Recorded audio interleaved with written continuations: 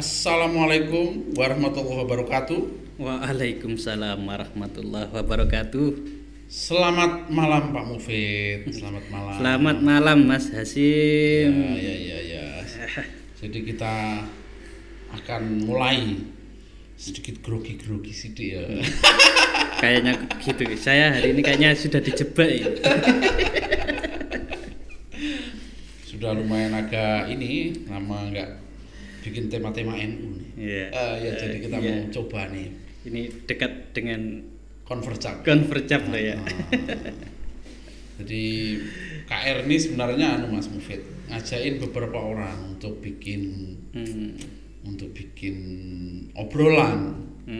Cuma apa ada ewuh pakewuh kalau nanti dianggap kita ini bicara ruang politiknya, bicara ruang perebutan kuasanya, kedudukannya.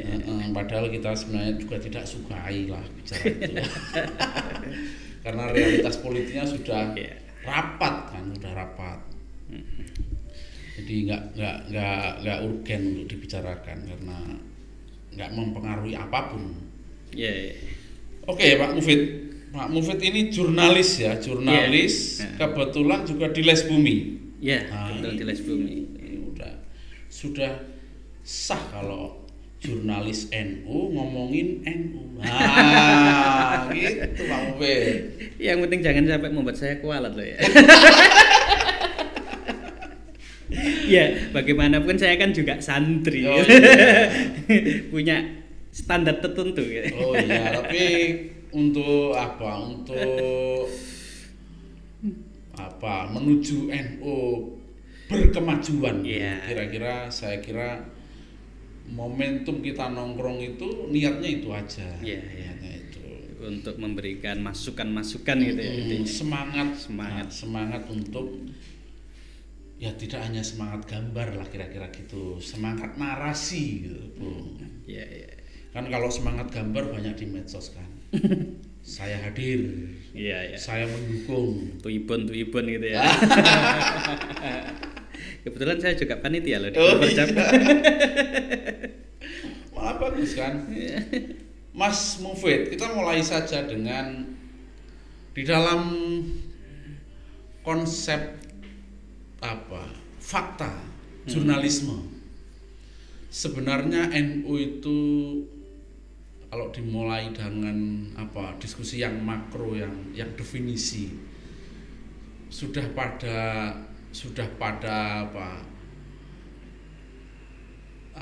NU itu sudah pada memahami jamiyah itu seperti organisasi modern atau sebenarnya masih sangat jauh dari modern. Kalau bahasa jurnalisnya arahnya ke situ, tapi kita sedang ingin bilang gini, janjane kita ini berjamaah juga berjamiyah. Nah, sebenarnya sudah seperti apa sih kita sedang berjamiyah, Mas Mufid? Pertama gini ya, yang perlu kita pahami. Ya memang setiap organisasi itu kan punya sisi impian yang ideal. Tapi secara bagaimanapun manusia tidak pernah ideal. Itu. Jadi NU juga punya nih, tentu saja punya impian besar gitu, untuk ngurus jamaahnya, untuk ngurus umatnya, baik itu dari sisi ekonomi, dari sisi kesejahteraan, dari sisi pendidikan, dan yang terutama tentu sisi agama, ya kan? Itu. Nah, menurut kacamata saya selama perjalanan saya juga mengikuti salah satu lembaga di NU yaitu Les Bumi, perbaikan itu selalu ada dan selalu memang ingin gitu. Setiap kepengurusan itu selalu ingin. Tapi namanya dikelola manusia ini nggak pernah ideal. Jadi selalu ada ruang celah-celah yang memang di situ bolong dan perlu diisi dan perlu selalu diingatkan gitu ya. Diingatkan untuk ini diperbaiki di wilayah sini. Mungkin di sini maju, di sini lebih modern pengelolaannya, tapi yang sini belum. Nah, itu selalu seperti itu. Dan hampir saya kira setiap kepengurusan punya lubangnya masing-masing gitu ya. Itu.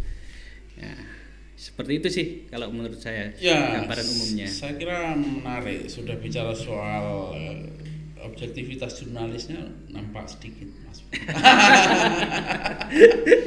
Ada yang bolong, ada ruang ekonomi salah satu visi. Maunya ke sana. Apa yang menjadi fakta kira-kira itu kita lihat kemudian.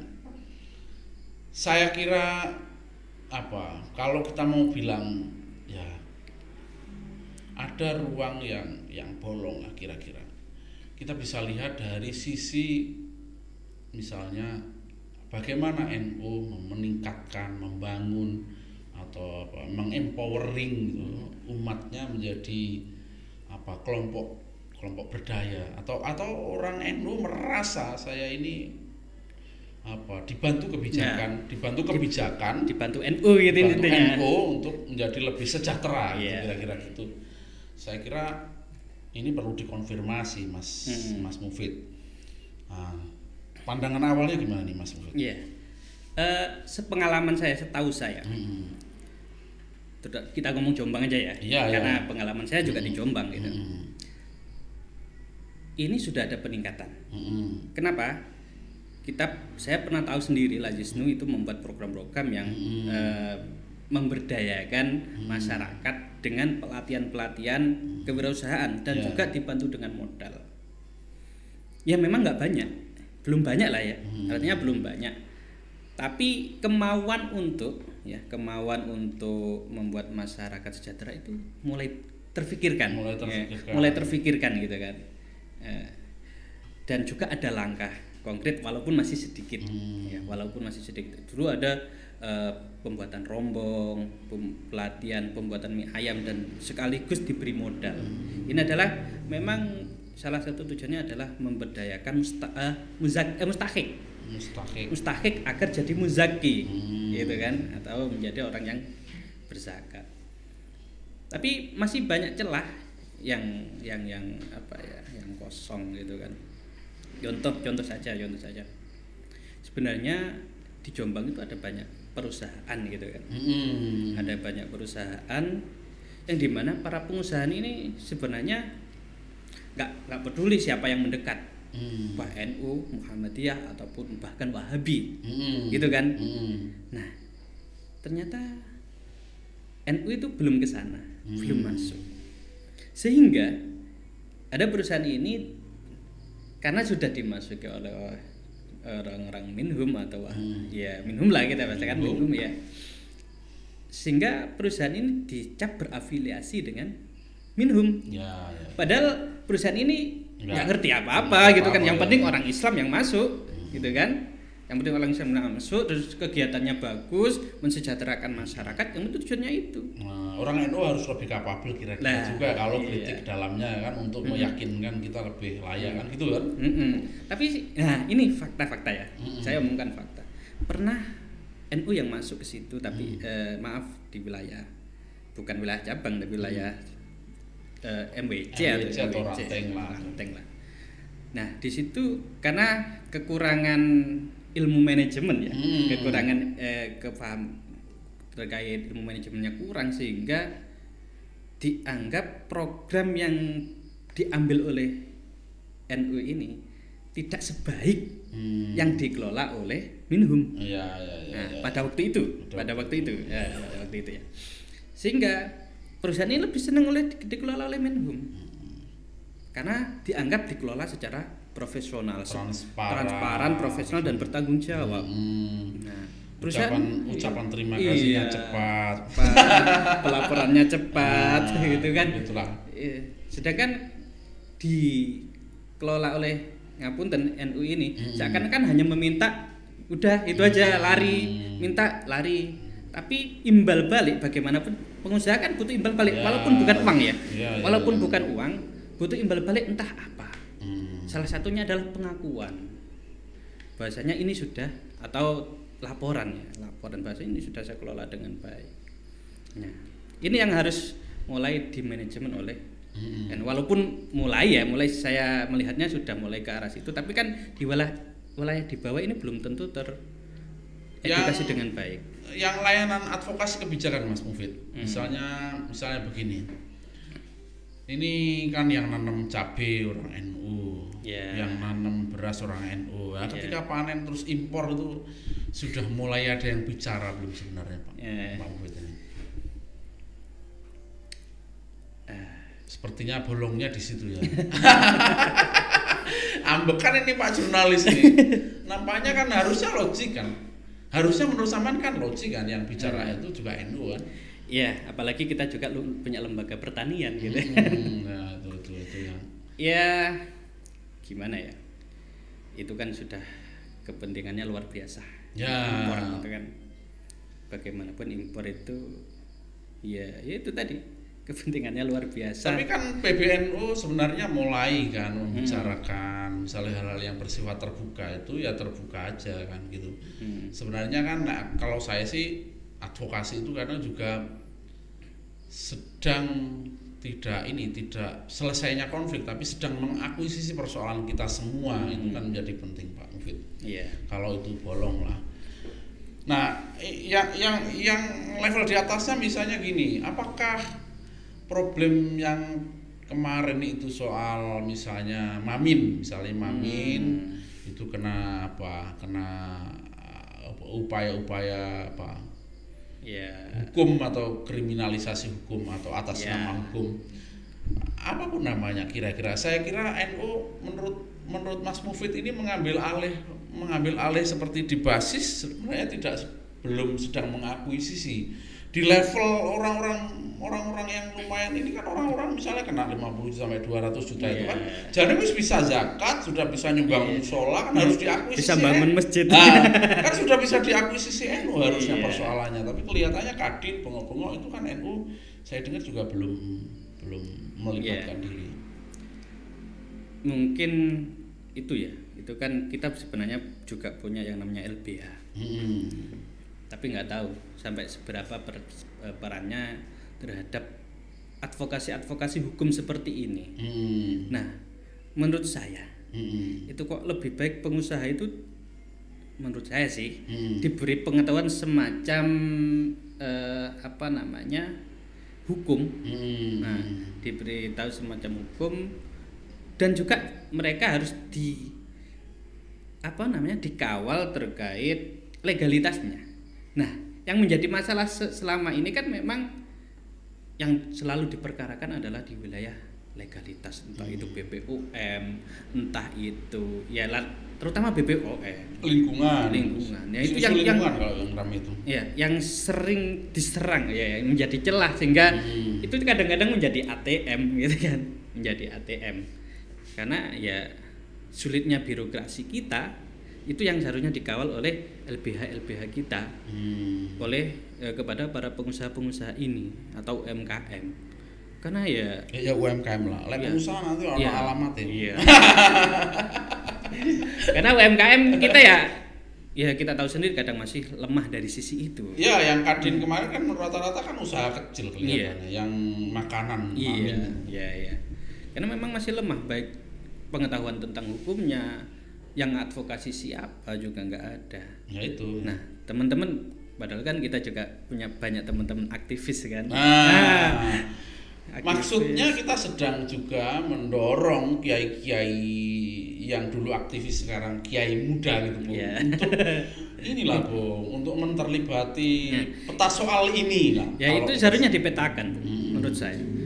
Ya kira-kira UMKM yang memang itu orangnya itu dipetakan, kemudian mereka butuh nggak semacam advokasi hukum, advokasi legalitas, dan itu yang penting. Kenapa?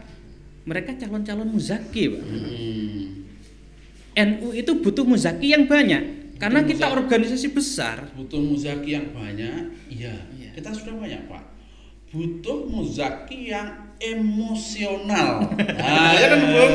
Iya. Butuh muzaki yang militan. Ya betul, militan karena merasa dibantu. Gitu loh. itu ya. Itu ya, penting. Kadang-kadang level itu kita mesti harus mulai memikirkan, mendorong untuk teman-teman kiai-kiai muda ini yang untuk aktivis ini ambil perkara itu. Iya. Gitu, ambil perkara itu. Kan enggak kalau semua sungkan-sungkanan ini kan apa yang mau disungkani? Kita mau bicara gini-gini aja. Iya. Banyak kita teman-teman kita bahkan ya, teman-teman kita banyak yang aktivis yang sudah di NU. Dan seharusnya memang apalagi yang terjun di LBH yang sudah tahu caranya gitu kan. Perlu itu. Ya.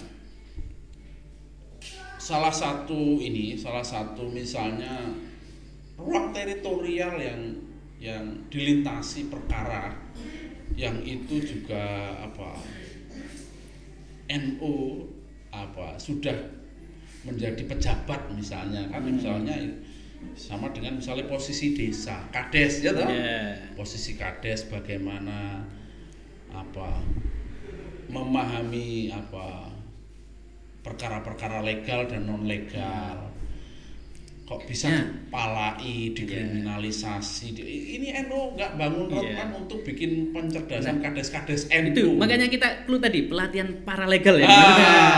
Paralegal untuk pelatihan paralegal untuk para kades-kades ataupun para UMKM itu. Oh iya, yang ini kan perkara UMKM belum diambil. Perkara kades juga saya kira aku setuju. Memang kesadaran paralegal kita memang masih. Jadi kalau balik ke UMKM sebenarnya kalau bagi NU bukan didekati secara substansial, tapi didekati secara kemanusiaan itu sudah sah, sudah boleh gitu. Orang misalnya belum di dalam konsep pengadilan, tersangka saja boleh dibela, negara membela, apalagi NU kan Bu. Apalagi kita sebenarnya tahu bisa kita dalami persoalannya sebenarnya ya sebagian besar penyelesaiannya kita juga sudah tahu. Coba itu apalagi yang sudah pengalaman di bidang advokasi ya. Duitnya itu kalau misalnya ditumpuk ke tempat lain ini ditumpuk untuk separuhnya untuk NU. Iya, orang berterima kasih itu kan juga penting gitu kan. Iyalah. Karena begitu itu, Bung. Iya. Kadang ini juga kita masih punya celah besar di bidang ideologisasi, dimana ya memang oke lah kita sudah punya yang namanya PKPNU, itu juga sudah kuat, artinya sudah ada kemajuan ya untuk membentengi ideologi kita. Tapi PKPNU itu kan nggak semuanya ikut, ya kan? Mungkin hanya pengurus-pengurus atau pengurus lembaga, pengurus ini. Tapi di wilayah jamaah apa ngerti PKPNU? Enggak kan? Artinya apa? Ideologisasi NU ini masih belum merata. Sehingga ya walaupun anak kita ya orang tua itu NU tapi nyekolahnya di Mahabi Minhum. Mereka nggak tahu, nggak berpikir ya yang penting Islam atau yang penting wah bagus ini sekolahnya secara manajemen, secara luarnya bagus, tapi nggak tahu di dalamnya seperti apa. Karena apa? Bagi mereka ya yang penting Islam gitu loh kadang-kadang, walaupun orang tuanya itu NU gitu. Jadi kita nih geser nih ya, geser bagaimana NU di dalam konsep ideologisasi itu sedang memiliki kepercayaan diri perlu dilestarikan karena untuk kemajuan Indonesia untuk kemajuan Indonesia penting disebut Bung supaya kita punya otoritas otoritas yang sah bahwa ideologi ini harus berkembang. Betul. Bagaimana ideologi ini pantas untuk mengakuisisi kepentingan besar negara. Bung. Dan saya terus Mas Mufid tiba-tiba meluncur saja ngomong soal Wahabi atau ngomong soal Salafi, tapi aku seneng juga. Kan gurung ditakon wis rono dhisik Mas Mufid ini. Ya. Bukan apa-apa sih, karena saya dulu pernah di kuliah itu memang concern saya ya bermusuhan dengan Wahabi. Saya seneng tadi kan ngomong ekonomi, tapi saya senang ke situ gitu. Saya senang juga, tapi saya belum kebesit, tapi kalau kepancing ya boleh juga sih. Sesi selanjutnya yang itulah, misalnya gini, kemudian akuisisinya kan sudah jelas ya kenapa ideologi ini berkembang, baru saya bilang itu tadi kan. Nah sekarang perlindungan teritorial tentang ideologisasi Wahabi ya, baru zaman sebut itu sudah sedemikian situasinya ya. Terus situasinya orang-orang itu di basis itu nggak ngerti, ono sing ngerti tapi gak peduli karena gak pernah dibelani kan, macam-macam kan Bung. Sifatnya macam-macam. Ono sing ya gak tersentuh sama sekali, ngerti saja nih tapi aku koyo dianggap tidak menungso di dalam konsep NU. Menungso ber-NU maksudnya. Bisa jadi seperti itu. Macam-macam lah saya kira. Nah, PKPNU saya kira menarik. Mulainya dari begini Pak. Siapa nanti yang berperan kira-kira gini. Mulainya begini. Apakah perang ideologi di dalam konsep Jombang itu ono kampung atau teritorial kampung, misalnya disebut kampung itu adalah kampung pegunungan Wonosalam, misalnya apakah dalam konsep kampung teritorial perang ideologi dalam konsep kampung Wonosalam itu sebenarnya kita sedang dalam on the track mengikuti permainan dengan baik atau tidak. Nah ini tiba-tiba Mas ini sudah bilang itu soal tapi ono potensi. Mestinya kan ini, loh lek potensial PKP kan semestinya kan sudah diambil semua itu persoalannya. Nah ini kan jadi ngomong persoalan tapi kok ono PKP.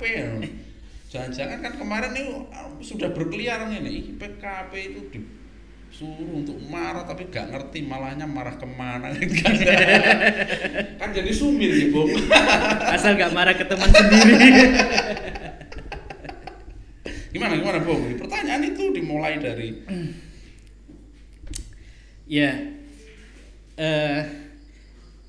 ada banyak hal tempat rawan.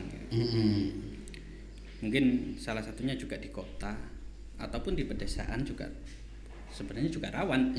Pedesaan yang memang jauh gitu ya, yang jauh dari sentuhan NU. Yang dimana walaupun sebenarnya mereka secara amalnya sudah NU, tapi secara jamiahnya masih mendapat sentuhan. Yang penting mereka sudah menjalankan ya seperti manakiban, tahlilan dan lain sebagainya. Tapi secara penguatan ideologinya, walaupun secara kegiatan rutin itu memang salah satu yang ditancapkan untuk ideologi ya sebenarnya, kayak kegiatan tahlilan, yasinan itu memang sudah salah satu cara menancapkan ideologi. Tapi yang dikhawatirkan apa? Menurut saya adalah generasi setelahnya.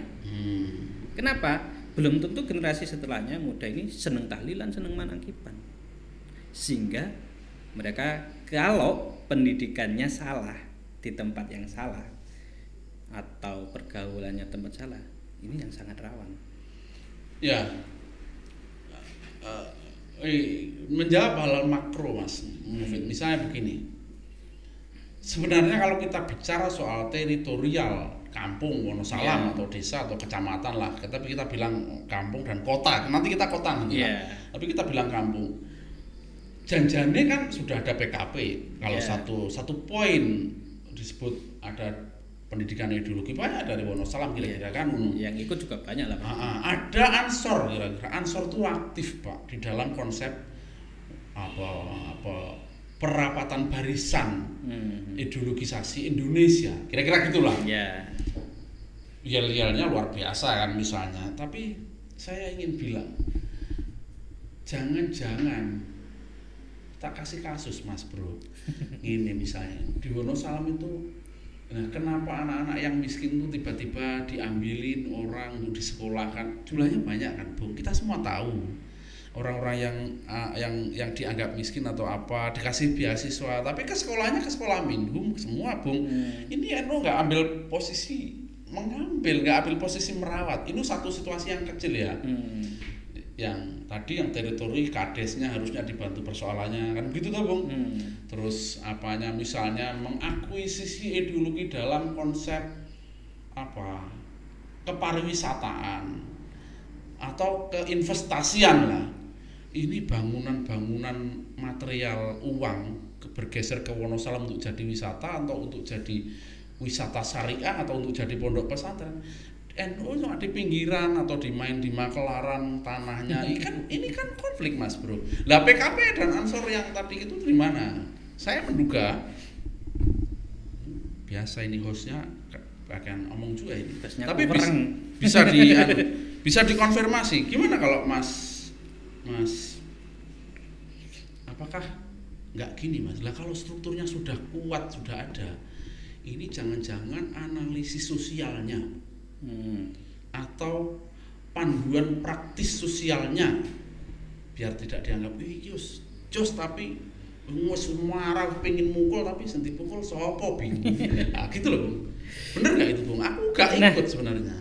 Sama, artinya sama itu. Saya juga baru tahu dari sampean ini kalau banyak anak-anak miskin yang direkrut oleh Minhum. Banyak Dan terima kasih informasinya. Artinya apa? Menurut saya memang kita punya konsep kemiskinan itu mendekatkan kepada kemurtadan. Gitu kan? Iya kan? Artinya kalau orang miskin itu siapapun yang bujuk rayu dia bisa ikut. Nah, ikut. Iya kan? Terlepas siapa, yang penting apalagi masih Islam gitu kan. Wah, yang penting Islam, apalagi programnya bagus, secara manajemen bagus. Apalagi bunyinya beasiswa bukan bantuan.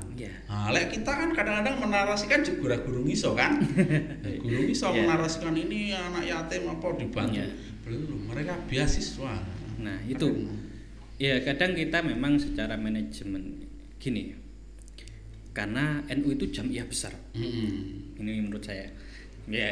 Ya faktanya seperti itu. Adalah jamiah besar yang dimana orangnya macam-macam dan pasti untuk merawat semua ini kan butuh biaya yang sangat besar gitu kan.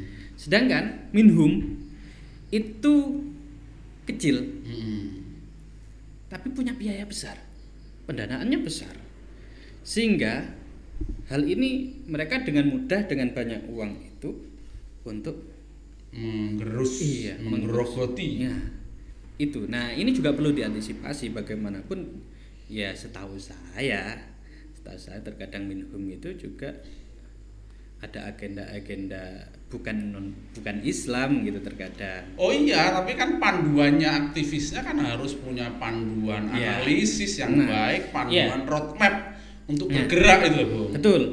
Memang kita harus bergerak. Artinya bergerak walaupun dengan terseok-seok bahasanya, dengan dana. Kalau saya sih boy kita besar harusnya. Artinya maksudnya dengan dana yang minim gitu ya.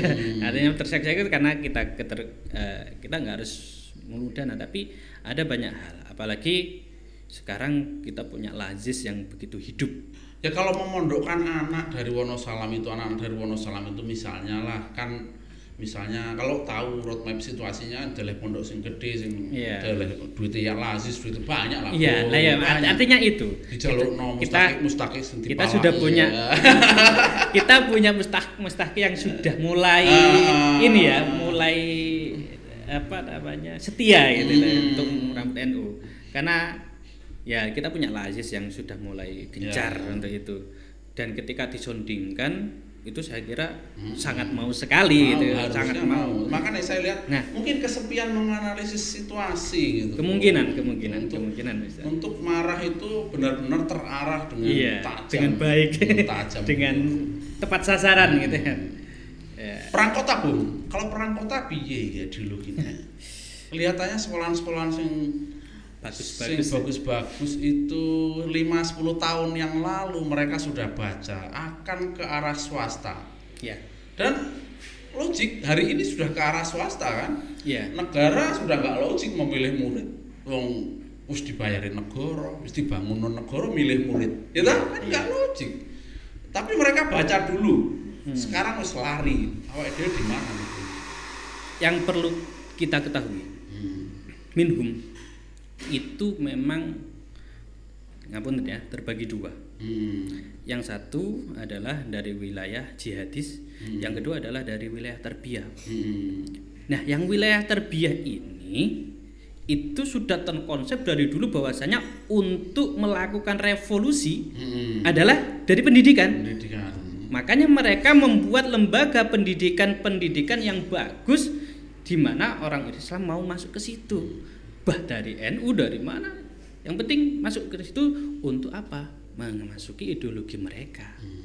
Jadi mereka sudah membacanya puluhan tahun yang lalu. Kita belum melakukan pembacaan itu sama sekali dan baru sadar kemarin kan.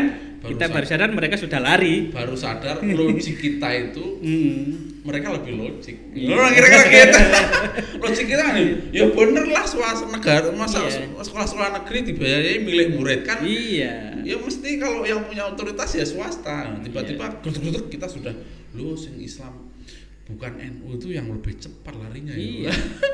Itu karena mereka sudah memikirkan sudah puluhan tahun yang lalu ketika mereka terpecah di Mesir itu. Jadi ya itu tadi mereka sudah memikirkan sudah lama sekali dan kita ya gitulah. Itulah masih kadang sikut-sikutan sesama teman, baru sadar kita punya musuh gitu. Tapi bagus, artinya apa? Dengan adanya itu kita mulai tersadar gitu kan. Dan kita mulai banyak berbenah gitu kan. NU juga mulai banyak berbenah. Ma'rif ya, Ma'rif. Gimana? Ma'rif berbenah. Ya semoga saja. Saya nggak mau ngomentari itu lah. Gak bersirkel karena Ma'rif ta. Bukan gitu. Lah karena kebetulan kan kita ngomongin soal pendidikan.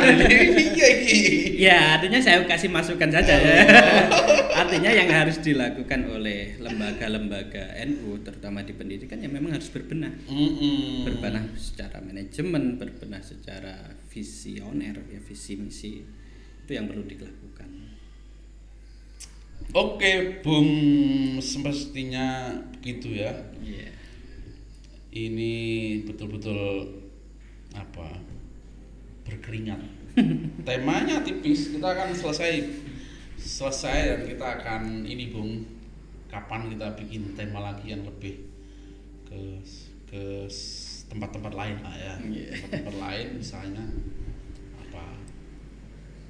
ya tentu buruh kan gitu loh Bung. Orang nggak bisa masuk rumah sakit, orang NU mestinya perkara yang kecil harus ditangani NU, dia orang miskin itu piye gitu. Atau analisis sosial 8 asnaf itu perlu diakuisisi persoalan ke NU piye itu penting loh Bung. Saya kira itu Bung dulu ya, karena ini waktu nanti supaya pecah-pecah jadi banyak ya. Sementara begitu dulu. Terima kasih Bung. Sama-sama. Terima kasih. Assalamualaikum warahmatullahi wabarakatuh. Waalaikumsalam warahmatullahi wabarakatuh.